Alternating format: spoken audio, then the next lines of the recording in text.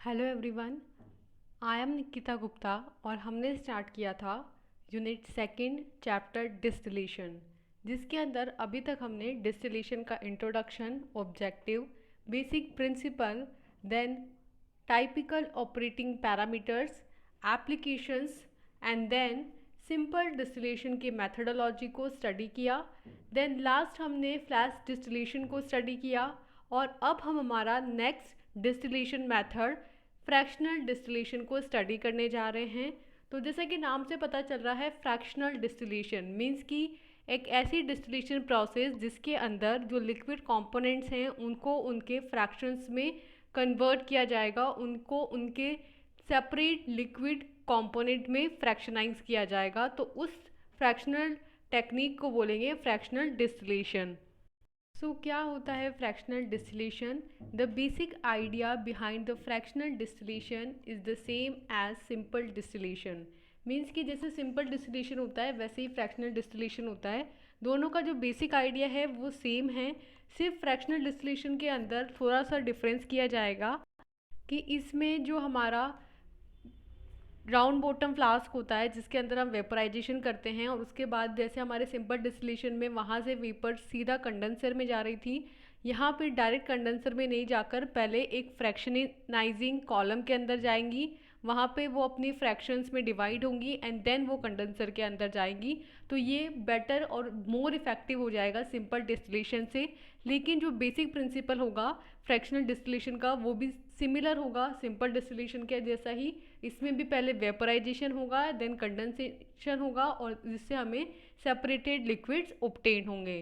The difference between the simple and fractional distillation is number of times that the liquid is vaporise and condense.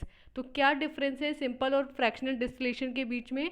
Time का, कि कितना time जो है वो ज़्यादा लगेगा फ्रैक्शनल डिस्टिलेशन के बीच में लिक्विड के वेपराइज होके कंडेंस्ड होने के लिए। Then the simple distillation condense the liquid once, so the boiling point of two liquids must be far apart to make it effective। तो जो सिंपल डिस्टिलेशन है उसके अंदर लिक्विड को सिर्फ एक बार कंडेंस किया जा रहा था, जिससे कि जो बॉइलिंग पॉइंट था दो लिक्विड्स के बीच में वो बहुत ज़्यादा डिफरेंट होना चाहिए इसके इफ़ेक्टिव होने के लिए। मीन्स कि हमने अभी लास्ट फ्लैश डिस्टिलेशन के अंदर भी बोला कि एक डिसएडवांटेज है इसके साथ कि जिनका बॉइलिंग पॉइंट बहुत क्लोज होगा उसे फ्लैश डिस्टिलेशन से सेपरेट नहीं किया जा सकता था। और सेम हमने सिंपल डिस्टिलेशन के डिसएडवांटेजेस में भी देखा कि जिनका बॉइलिंग पॉइंट जो है वो नियर क्लोज होगा उन्हें हम सेपरेट नहीं कर पा रहे थे। तो वहाँ पे हमारे सामने एक नई distillation method I, that was fractional distillation, जिसके थ्रू जिन लिक्विड्स का बॉइलिंग पॉइंट नियरली क्लोज है उन्हें भी सेपरेट किया जा सकता है। तो क्या देखा हमने फ्रैक्शनल डिस्टिलेशन के अंदर कि फ्रैक्शनल डिस्टिलेशन का जो बेसिक आइडिया है वो सिंपल डिस्टिलेशन के जैसा ही होता है। सिर्फ ये डिफरेंस है सिंपल और फ्रैक्शनल डिस्टिलेशन के अंदर कि जो लिक्विड के वेपराइज और कंडेंस होने का टाइम है वो दोनों के अंदर डिफरेंट होता है। सिंपल डिस्टिलेशन में जो लिक्विड होता है वो सिर्फ एक बार कंडेंस होता है, इस वजह से इसमें जो बॉइलिंग पॉइंट है दोनों लिक्विड्स के बीच में वो बहुत ज़्यादा फार अपार्ट होना चाहिए, तब ही ये जो सिंपल डिस्टिलेशन है वो इफ़ेक्टिव होगी। तो ये हमने इंट्रोडक्टरी पार्ट देखा है फ्रैक्शनल डिस्टिलेशन का। नेक्स्ट आता है फ्रैक्शनल डिस्टिलेशन का बेसिक प्रिंसिपल।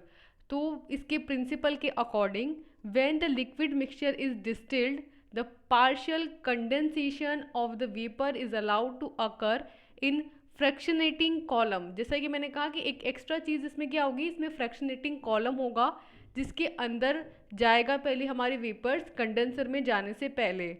तो इसमें ये कह रहा है कि जब कोई लिक्विड मिक्सचर की डिस्टिलेशन होगी तो जो पार्शियल कंडेंसेशन होगी वो कहाँ होंगी? फ्रैक्शनाइजेशन कॉलम के अंदर। जो फ्रैक्शनेटिंग कॉलम लगा रहे हैं हम उसके अंदर आधी कंडेंसेशन का प्रोसेस होगा और बचा हुआ कंडेंसर में होगा। तो in the column ascending vapours from still are allowed to come in contact with the condensing vapour returns to the still. तो इस जो फ्रैक्शनेटिंग कॉलम है इसके अंदर क्या होता है, वेपर्स आ रही होती हैं और ये वेपर्स जो हैं एक पर्टिकुलर टेम्परेचर तक आती हैं और दूसरी वेपर्स जिनका उस पहले हाई बॉइलिंग पॉइंट वाली से कम बॉइलिंग पॉइंट पे जो वेपर्स होती हैं वो भी आती हैं, और वो जब उनके कांटेक्ट में आती हैं तो उन्हें वापस भेज दिया जाता है कंडेंस होने के लिए, और स्टील में उसको भेज देते हैं फिर से वेपराइज होने के लिए, तब तक जब तक कि उन सभी का बॉइलिंग पॉइंट जो है वो सेम बॉइलिंग पॉइंट ना हो जाए। और उसके अंदर वो उसको थोड़ा सा कंडेंस भी किया जाता है, थोड़ा सा कूल डाउन भी किया जाता है, क्योंकि वहाँ पे टेम्परेचर जो होता है उस हीटिंग जो मेंटल है उससे कम होता है। तो बेसिक प्रिंसिपल क्या है इस फ्रैक्शनल डिस्टिलेशन का, कि इसके अंदर जो भी लिक्विड वेपराइज होगा वो पहले फ्रैक्शनेटिंग कॉलम से पास आउट होगा कंडेंसर में जाने से पहले। तो कुछ पार्ट जो है वो कंडेंसर से पहले इस फ्रैक्शनाइजिंग कॉलम के अंदर भी कंडेंस होगा, और इसके अंदर क्या होता है, जो असेंडिंग वेपर्स आ रही होती है उन्हें कंडेंसिंग वेपर्स के कांटेक्ट में लाया जाता है, और उसकी वजह से जिनका बॉइलिंग पॉइंट कम होता है, जो वेपर्स इतनी स्ट्रॉन्ग वेपर्स नहीं होती हैं, उन्हें वापस से स्टील में भेज दिया जाता है दोबारा से वेपराइज होने के लिए। तो इस प्रिंसिपल पे ये बेसिकली बेस्ड होता है। देन आप यहाँ पे इसका फिगर देखेंगे, इसका डायग्राम देखेंगे तो आपको पता चलेगा कि नीचे एक स्टील है जिसके अंदर जिस लिक्विड को डिस्टिल किया जाना है वो फिल है, और इसे नीचे एक हीटिंग सोर्स के थ्रू हीट किया जा रहा है। देन इसकी वेपर्स बनेंगी और ये फ्रैक्शनाइजेशन कॉलम के अंदर जो कि पैक्ड होता है उसके अंदर से पास आउट होंगी। ऊपर एक थर्मोमीटर लगा होता है जिससे कि हम डिफरेंट टेम्परेचर्स को नोट कर सकते हैं और हम पता कर सकते हैं कि कौन सी लिक्विड की वेपर आ रही है, क्योंकि हर लिक्विड का एक पर्टिकुलर बॉइलिंग पॉइंट होता है जिस पे उसकी वेपर्स बनती हैं। तो हम इस थर्मोमीटर से उस पर्टिकुलर लिक्विड को आइडेंटिफाई कर सकते हैं। देन ये जो वेपर्स हैं ये इस कंडेंसर में जाएंगी जहाँ पे ये कंडेंस होंगी, और कंडेंस होके के यहाँ डिस्टिल्ड लिक्विड की फॉर्म में हमें ऑब्टेन होती जाएंगी। इस कंडेंसर में वाटर का आउटलेट लगा होता है जो कि नीचे की साइड से इनलेट होता है जिसमें, और ऊपर के साइड से आउटलेट होता है। तो आप देख सकते हैं कि इसकी कंस्ट्रक्शन जो है वो भी सिंपल डिस्टिलेशन के जैसी ही होती है, सिर्फ इसके अंदर जो फ्रैक्शनाइजेशन कॉलम है जिसके अंदर पैकिंग की हुई है वो एक्स्ट्रा में लगा होता है, जिसकी वजह से क्या होता है इसकी एफिशिएंसी और भी ज़्यादा बढ़ जाती है। नेक्स्ट आता है इसकी कंस्ट्रक्शन। तो इसकी कंस्ट्रक्शन के अंदर हम देखेंगे कि क्या डिफरेंट है सिंपल डिस्टिलेशन से। So the equipment use for fractional distillation consist of a special type of steel heads known as fractionization column. तो इसमें क्या डिफरेंस है, इसमें फ्रैक्शनाइजेशन कॉलम्स लगे होते हैं जो कि स्टील के हेड में होते हैं। स्टील मीन्स कि वो इक्विपमेंट जिसके अंदर हमारा लिक्विड मिक्सचर भरा जाएगा उसको बोलते हैं स्टील, और स्टील के हेड में एक फ्रैक्शनेटिंग कॉलम लगा होता है, और इस फ्रैक्शनेटिंग कॉलम की वजह से ही इसे फ्रैक्शनल डिस्टिलेशन बोला जाता है। और ये एक स्पेशल टाइप का फ्रैक्शनेटिंग कॉलम होता है। तो in steel head condensation and revaporization are effectively continuously. तो इसकी वजह से क्या होता है, जो स्टील हेड होता है उसके अंदर कंडेंसेशन हो रहा होता है और साथ में रीवेपराइजेशन इफेक्टिवली परफॉर्म हो रहा होता है। मीन्स कि ये जो फ्रैक्शनेटिंग कॉलम हमने लगाया है इसके अंदर कुछ अमाउंट में यानी कि पार्शली कंडेंसेशन हो रहा होता है। मेन कंडेंसेशन तो कंडेंसर में होगा, लेकिन उसके अलावा यहाँ पे पार्शली कंडेंसेशन हो रहा होता है, और साथ में जो इफ़ेक्टिव वेपर्स नहीं होती हैं जिनका बॉइलिंग पॉइंट प्रॉपरली नहीं होता है, उस सारी वेपर्स के जितना उसको रीवेपराइजेशन के लिए फिर से स्टील में भेजा जाता है। तो इसकी कंस्ट्रक्शन के अंदर मेन हम क्या देखेंगे, फ्रैक्शनेटिंग कॉलम के बारे में देखेंगे जो कि स्टील हेड पे लगा हुआ है और जो कि कंडेंसेशन और रीवेपराइजेशन को इफेक्टिवली परफॉर्म कर रहा है।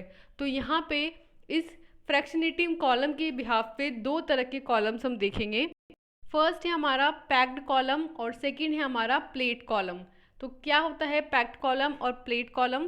फर्स्ट है पैक्ड कॉलम। तो in this column some form of packing is used to affect the necessary liquid and vapour contact. तो इस कॉलम के अंदर क्या होता है, कुछ स्पेसिफिक फॉर्म ऑफ पैकिंग होती है जिसकी वजह से जो लिक्विड या वेपर है उसके कांटेक्ट में जब वो एक दूसरे के आती हैं तो नेसेसरली इफेक्ट जो है आपको देखने को मिलेगा। The packing consist of a single tune helicals और स्फेरिकल्स ऑफ वायर और glass rings, cylindrical glass beds, stainless steel rings etcetera.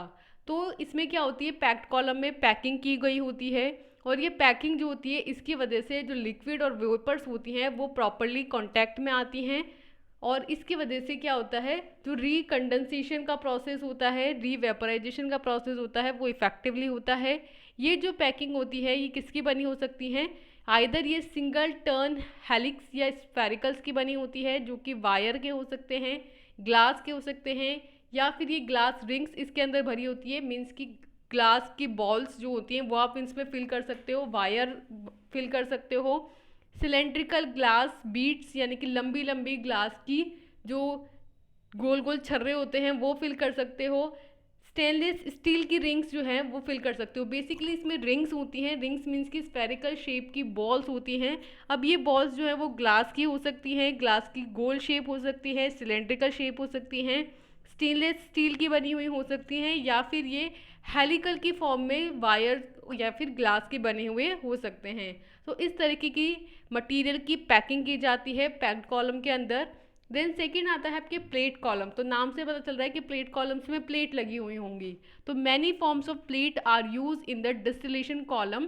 तो डिस्टिलेशन कॉलम्स के अंदर बहुत सारी अलग अलग तरह की प्लेट्स यूज़ की जाती हैं।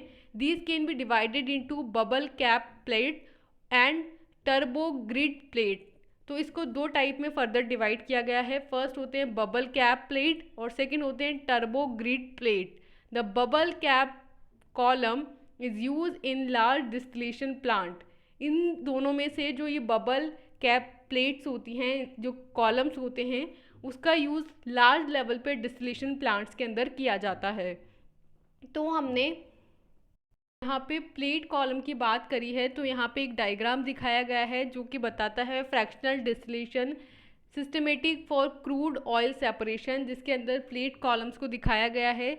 इसके अंदर यहाँ पे बबल कैप वाले जो कि लार्ज स्केल पे यूज़ किए जाते हैं उसको दिखाया गया है। इसके अंदर सबसे पहले plate A, then plate B and then plate C जो है आपस में एक के ऊपर एक रखी हुई होती हैं और नीचे की तरफ से हीटेड क्रूड ऑयल जो है इसमें जा रहा होता है। तो सबसे नीचे वाला जो एरिया होता है उसका टेम्परेचर सबसे ज़्यादा होता है और जैसे जैसे ऊपर जाते जाएंगे वैसे वैसे टेम्परेचर कम होता जाएगा। तो नीचे जब 340 डिग्री सेल्सियस है उस टाइम पे वहाँ पे कौन सा लिक्विड होगा, residual fuel for ships, lubricating oil and road surfaces के लिए ऑयल वहाँ पे होगा। देन थोड़ा ऊपर जाने पे प्लेट ए पे 260 डिग्री सेल्सियस पे diesel oil fuel for diesel engines होगा। देन उसके ऊपर जाने पर 180 डिग्री सेल्सियस पे कैरोसिन होगा जो कि यूज़ किया जाता है एज जेट फ्यूल। देन और ऊपर जाने पे 110 डिग्री सेल्सियस टेम्परेचर है जहाँ पे naphtha use in chemical production, means कि नेफ्था प्रेजेंट होगा जो कि केमिकल प्रोडक्शंस के अंदर यूज़ किया जाता है। और ऊपर जाने पे टेम्परेचर होगा 40 डिग्री सेल्सियस, वहाँ पे होगा petrol use in cars, means कि वो वाला पेट्रोल होगा जो कि कार्स के अंदर यूज़ किया जाता है। और सबसे ऊपर क्या होगा, refinery gas use as a fuel, वो रिफाइनरी गैस जो कि फ्यूल की फॉर्म में यूज़ की जाती है वो होगी। तो यहाँ पे प्लेट्स की फॉर्म में जब अरेंज करेंगे तो आपको डिफरेंट डिफरेंट प्लेट्स पे different different fuels, different different liquid आपको मिलेगा जो कि अपने अपने टेम्परेचर के अकॉर्डिंग सेपरेट होगा। तो फ्रैक्शनाइजेटिंग जो कॉलम है उसने क्या किया, लिक्विड को क्या किया, फ्रैक्शनेट कर दिया, उसको उसके बॉइलिंग पॉइंट के बिहाफ पे सेपरेट कर दिया, जिसकी वजह से फर्दर जो सेपरेशन है इन सब का वो बहुत ईजी हो जाता है। तो हमने कंस्ट्रक्शन के अंदर फ्रैक्शनाइजेटिंग कॉलम में क्या देखा कि जो फ्रैक्शनेटिंग कॉलम होता है ये फ्रैक्शनल डिस्टिलेशन के अंदर एक स्पेशल टाइप का इक्विपमेंट होता है जो कि स्टील हेड होता है। बेसिकली इसे फ्रैक्शनेटिंग कॉलम बोला जाता है। इस स्टील हेड के अंदर कंडेंसेशन और रीवेपोराइजेशन जो है इफेक्टिवली कंटिन्यूसली की जाती है। इसके अंदर दो तरह के कॉलम्स होते हैं, पहला होता है पैक्ड कॉलम, दूसरा होता है प्लेट कॉलम। पैक्ड कॉलम के अंदर क्या होता है, पैकिंग होती है किससे, ग्लास बीड से, ग्लास रिंग से, सिलेंड्रिकल ग्लास बीड से जो कि इलोंगेट हो सकते हैं, या स्टेनलेस स्टील रिंग से, और ग्लास या वायर के हेलिक्स से, स्फेरिकल से जो कि सिंगल टर्न हो सकते हैं। देन इसमें जो पैकिंग की जाती है वो लिक्विड या वेपर को कांटेक्ट में लाने के लिए नेसेसरी होती हैं। फिर हमने दूसरा कॉलम देखा यहाँ पे प्लेट कॉलम, जिसके अंदर बेसिकली प्लेट्स लगी होती हैं डिस्टिलेशन कॉलम के अंदर।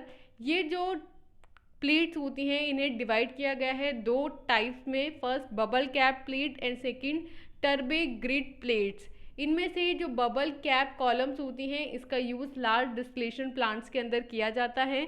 फिर हमने एक डायग्राम देखा जिससे हमने प्लेट डिस्टिलेशन को, प्लेट कॉलम्स को स्टडी किया, जिसमें हमने 3 प्लेट्स यहाँ पे लगाई, plate A, plate B and plate C, जो कि बबल केप प्लेट का एग्जाम्पल था, जिसमें हमने हीटेड क्रूड ऑयल को अंदर इंट्रोड्यूस किया और फिर हमने डिफरेंट बॉइलिंग पॉइंट पे, डिफरेंट टेम्परेचर पे डिफरेंट काइंड ऑफ लिक्विड्स को पाया, जहां हमने देखा कि 340 डिग्री सेल्सियस पे रेसिडुअल फ्यूल था, शिप्स के लिए लुब्रिकेटिंग ऑयल था और रोड सरफेसेस वाला फ्यूल था। देन 260 डिग्री सेल्सियस पे डीजल ऑयल था और डीजल इंजन्स के लिए फ्यूल था।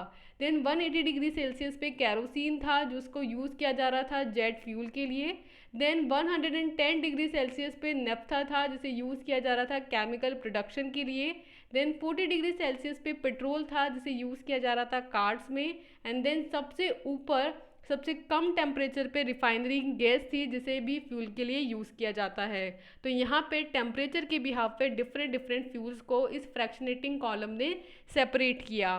देन नेक्स्ट आते हैं इस फ्रैक्शनल डिस्टिलेशन की वर्किंग। किस तरीके से होती है इस फ्रैक्शनल डिस्टिलेशन की वर्किंग? तो वर्किंग के अंदर है कि in fractional distillation the vapours formed from the boiling mixture rise into the fractionating column where they condense on the column's packing। Means कि फ्रैक्शनल डिस्टिलेशन में क्या होता है, वेपर्स जो फॉर्म होती है बॉइलिंग से, मीन्स कि हमने क्या किया, पहले स्टील के अंदर हमारा बॉइलिंग मिक्सचर रख दिया जिसे हमें बॉईल करना है। ये मिक्सचर जो है जब बॉईल होता है तो इसकी वेपर्स बनती हैं, ये वेपर्स राइज होती हैं और ये किस में जाती हैं, फ्रैक्शनेटिंग कॉलम में जाती हैं, जहाँ पे ये कंडेंस होती हैं कॉलम्स की पैकिंग के अंदर। This condensation is similar to a single run of simple distillation. ये जो कंडेंसेशन है ये सिंपल डिस्टिलेशन के सिंगल रन के जैसा ही है। Then the condensate is more concentrated in the lower boiling point then the mixture in the distillation flask. तो डिस्टिलेशन फ्लास्क के अंदर जो मिक्सचर था उसके बॉइलिंग पॉइंट से इसमें जो बॉइलिंग पॉइंट है वो लोअर हो जाता है और जो कंडेंसेट है वो मोर कंसनट्रेट हो जाता है। तो हमने इसकी वर्किंग में क्या देखा कि जो फ्रैक्शनल डिस्टिलेशन होता है इसके अंदर क्या होता है, स्टील के अंदर सबसे पहले हीटिंग सोर्स होता है जिससे कि जो लिक्विड मिक्सचर है जिसके अंदर डिफरेंट कंपोनेंट्स हैं लिक्विड के, उसे हीट किया जाता है। उसकी हीट करने से जिस लिक्विड का बॉइलिंग पॉइंट सबसे कम होगा उसकी वेपर सबसे पहले बनेंगी और जिस लिक्विड का बॉइलिंग पॉइंट ज़्यादा होगा उसकी वेपर लास्ट में बनेंगी। तो जिसकी वेपर सबसे पहले बनेगी वो सबसे पहले फ्रैक्शनेटिंग कॉलम में जाएगा। उसके बाद अपने अपने बॉइलिंग पॉइंट के अकॉर्डिंग जो भी लिक्विड है वो अपने अपने बॉइलिंग पॉइंट के अकॉर्डिंग वेपर बनती रहेंगी और वो उस फ्रैक्शनेटिंग कॉलम में आता रहेगा। अब ये जो फ्रैक्शनेटिंग कॉलम है इसके अंदर पैकिंग हुई है, या तो दो तरीके से हुई है पैकिंग भी, आइदर फर्स्ट पैक्ड कॉलम से पैकिंग हुई है और या फिर प्लेट कॉलम से पैकिंग हुई है। अब इस पैकिंग की वजह से क्या होता है, ये जो वेपर्स बनी हैं ये स्मॉल अमाउंट में कंडेंस होती हैं या इसे हम कह सकते हैं पार्शली कंडेंस हुई है। तो इसमें ये जो कंडेंसेशन होता है ये single run of simple distillation के जैसा ही होता है। मीन्स कि जैसे सिंपल डिस्टिलेशन के अंदर वेपर्स बन रही थी देन वो कंडेंस हो रहा था और फिर हमें जो सेपरेटिंग लिक्विड है वो सेपरेट होके मिल रहा था, वैसे ही इसके अंदर सेपरेशन होता है, कंडेंसेशन होता है। फिर ये जो कंडेंसेट है ये मोर कंसनट्रेट हो जाता है लोअर बॉइलिंग पॉइंट पे। मीन्स कि मिक्सचर का बॉइलिंग पॉइंट जितना था ऊपर जाने पे टेम्परेचर कम होने से, कंडेंसेशन होने से उसका बॉइलिंग पॉइंट कम हो जाता है जिससे वो और ज़्यादा कंसनट्रेट हो जाता है और फर्दर कंसनट्रेट होने के बाद वो जब कंडेंसेटर से गुजरता है तो प्रॉपरली अपने बॉइलिंग पॉइंट के अकॉर्डिंग वो सेपरेट होता जाता है, कंडेंस होता जाता है और इस तरीके से हम जो लिक्विड मिक्सचर है उससे डिफरेंट लिक्विड कंपोनेंट्स को सेपरेट कर लेते हैं। तो इस तरीके की वर्किंग होती है फ्रैक्शनल डिस्टिलेशन की। देन आते हैं इस फ्रैक्शनल डिस्टिलेशन की efficiency. So efficiency of fractional distillation, तो क्या समझते हैं हम एफिशिएंसी से कि the efficiency of separation by fractional distillation of a mixture may depend upon various factors that include fractionating column, reflux ratio, heat input and column temperature etcetera. तो ये जो सेपरेशन हो रहा है फ्रैक्शनेटिंग कॉलम के through mixture का, ये बहुत सारे फैक्टर्स पे डिपेंड करता है। जैसे कि फ्रैक्शनेटिंग कॉलम, कि आपने कौन सा वाला फ्रैक्शनेटिंग कॉलम यूज़ किया है, प्लेट वाला किया है या पैक्ड वाला किया है। दूसरा, रिफ्लक्स का रेशियो, मीन्स कि कैसे उसमें रिफ्लक्सिंग हो रही है। थर्ड, हीट का इनपुट, कितनी हीट दी जा रही है। एंड फोर्थ है कॉलम का टेम्परेचर, कि कितना टेम्परेचर पे कॉलम जो है उसका टेम्परेचर कितना है। तो हमने क्या देखा, फ्रैक्शनल डिस्टिलेशन की एफिशिएंसी जो है वो इस बात पे डिपेंड करती है कि फ्रैक्शनेटिंग कॉलम कौन सा है, रिफ्लक्स का रेशियो कितना है, हीट का इनपुट कितना है और कॉलम का टेम्परेचर कितना है। तो इन फैक्टर्स पे फ्रैक्शनेटिंग कॉलम से जो लिक्विड मिक्सचर है उसका सेपरेशन डिपेंड करता है, उसकी एफिशिएंसी मैटर करती है। देन नेक्स्ट आता है थ्योरेटिकल प्लेट्स के अंदर। तो a measure of efficiency of a column is known as the number of theoretical plates of that column। अब साथ में जो theoretical plates हैं उन पे भी डिपेंड करता है इस कॉलम की एफिशिएंसी, मीन्स कि जो हमारा फ्रैक्शनेटिंग कॉलम है उसकी एफिशिएंसी का जो मेजरमेंट है वो इस बात पे भी डिपेंड करता है कि उस कॉलम के अंदर कितनी थ्योरेटिकल प्लेट्स जो है वो लगी हुई हैं। One theoretical plate is equivalent to one vaporization and condensation cycle which is equivalent to one simple distillation। तो अगर एक theoretical plate का मीनिंग ये है कि उसके अंदर one vaporisation and one condensation cycle हुआ है, तो इसको हम बोल सकते हैं कि एक सिंपल डिस्टिलेशन यहाँ पे कंप्लीट हुआ है। तो जितनी ज़्यादा थियोरेटिकल प्लेट लगी होंगी उतना ही सिंपल डिस्टिलेशन उसमें बार बार हो रहा होगा और उतनी ही ज़्यादा एफिशिएंसी उस फ्रैक्शनेटिंग कॉलम की हो जाएगी। तो थियोरेटिकल प्लेट की एफिशिएंसी से हम क्या समझते हैं कि किसी भी कॉलम के अंदर कितनी थियोरेटिकल प्लेट्स लगी हैं, और एक थियोरेटिकल प्लेट का मतलब है एक वेपोराइजेशन और एक कंडेंसेशन साइकिल, जो कि एक सिंपल डिस्टिलेशन के इक्विवेलेंट है। तो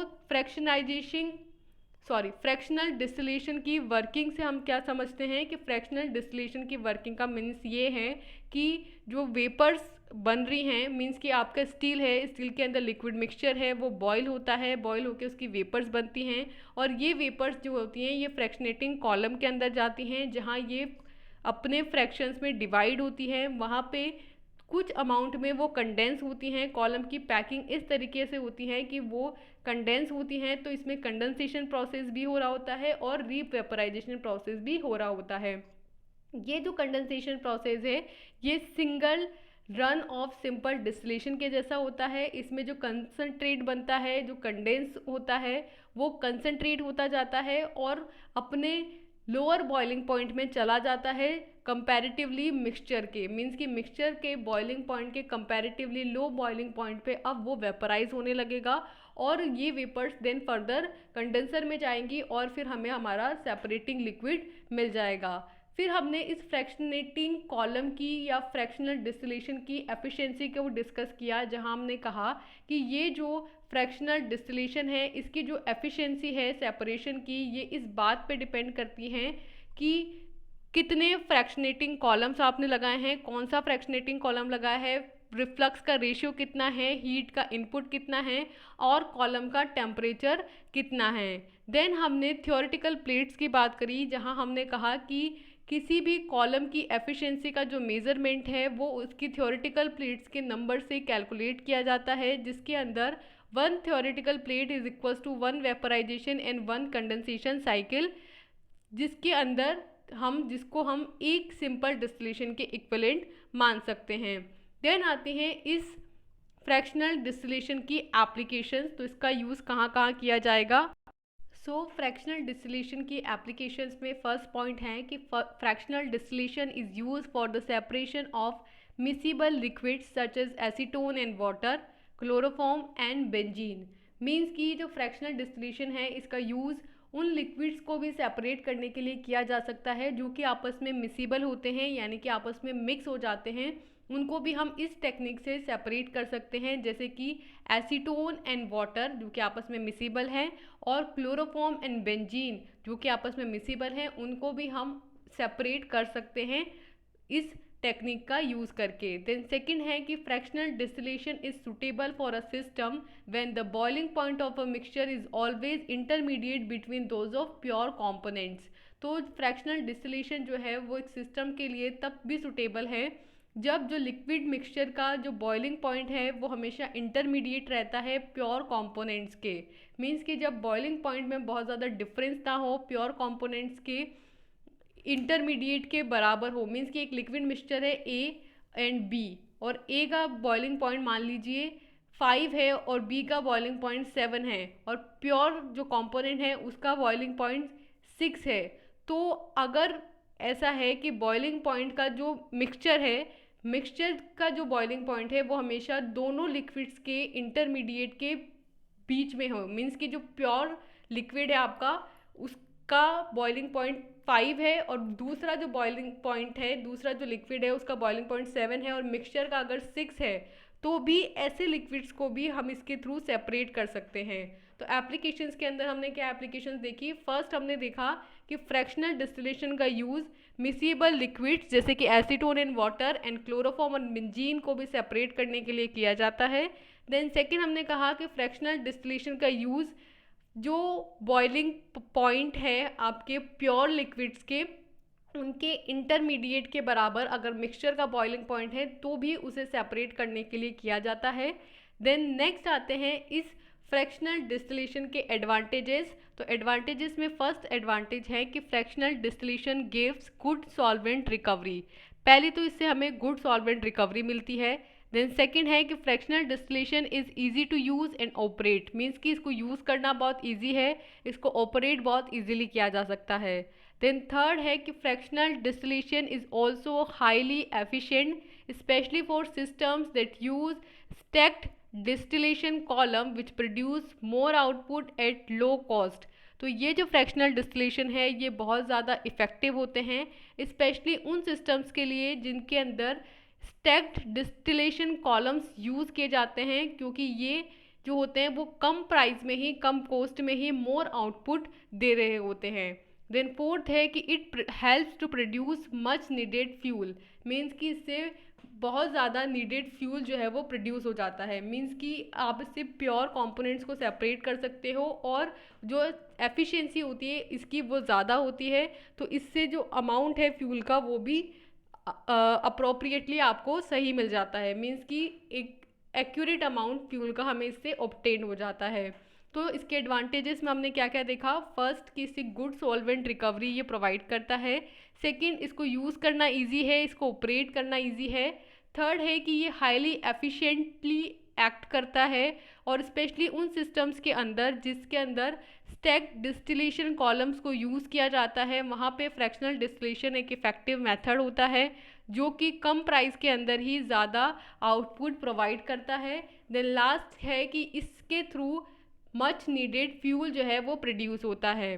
देन नेक्स्ट आते हैं इस फ्रैक्शनल डिस्टिलेशन के डिसएडवांटेजेस। तो इसके डिसएडवांटेजेस में फर्स्ट पॉइंट है कि fractional distillation can not be use to separate miscible liquids which form pure azeotropic mixture. तो ये जो फ्रैक्शनल डिस्टिलेशन है इसके थ्रू जो मिसिबल लिक्विड्स हैं उनको सेपरेट नहीं किया जा सकता। वो वाले मिसिबल लिक्विड्स जो कि प्योर एजियोट्रॉपिक मिक्सचर्स हैं। मीन्स कि जैसा कि हमने एप्लीकेशंस के अंदर स्टडी किया था कि फ्रैक्शनल डिस्टिलेशन के साथ ये एक अच्छी बात है कि ये मिसिबल लिक्विड्स को भी सेपरेट कर देता है। लेकिन वो मिसिबल लिक्विड्स जो कि प्योर एजियोट्रॉपिक मिक्सचर्स हैं मीन्स कि जिनका बॉइलिंग पॉइंट का डिफरेंस नहीं है, जो कि बॉइलिंग पॉइंट सेम रखते हैं, उनको ये सेपरेट नहीं कर सकता। जो कि प्योर एजियोट्रॉपिक मिक्सचर्स हैं उनको ये सेपरेट नहीं कर सकता। देन सेकंड है कि it is expensive because it requires large structure, heavy duty material and specialised machinery. तो ये जो है एक्सपेंसिव होता है क्योंकि इसके अंदर एक लार्ज स्ट्रक्चर की रिक्वायरमेंट होती है जो कि है हमारा फ्रैक्शनेटिंग कॉलम, साथ में एक हैवी ड्यूटी मटेरियल होता है ये, और एक स्पेशलाइज्ड मशीनरी इसके लिए रिक्वायरमेंट होती हैं। तो इसकी वजह से ये एक्सपेंसिव हो जाता है और इसकी वजह से इसको कम प्रीफर किया जाता है। तो ये इसका एक डिसएडवांटेज है। देन थर्ड है कि it also requires staff to be fully train in the operation of system to ensure that they know how to use distillation equipment and won't make mistakes। तो ये जो मटेरियल है, तो ये जो फ्रैक्शनेटिंग कॉलम होता है, इसके लिए आपको एक फुल्ली ट्रेंड स्टाफ की नीड होती है इसको ऑपरेट करने के लिए, ताकि जो डिस्टिलेशन इक्विपमेंट है वो प्रॉपरली वर्क कर सके और इसमें कोई मिस्टेक्स ना हो। तो इस फ्रैक्शनल डिस्टिलेशन के क्या क्या डिसएडवांटेज देखे हमने। पहला कि वो मिक्सेबल लिक्विड्स जो कि प्योर एजियोट्रॉपिक मिक्सचर्स हैं उनको इससे हम सेपरेट नहीं कर सकते हैं। सेकंड, ये एक एक्सपेंसिव मेथड होता है क्योंकि इसके अंदर लार्ज स्ट्रक्चर्स होती हैं, हैवी ड्यूटी मटेरियल्स होते हैं और स्पेशलाइज्ड मशीनरी होती हैं।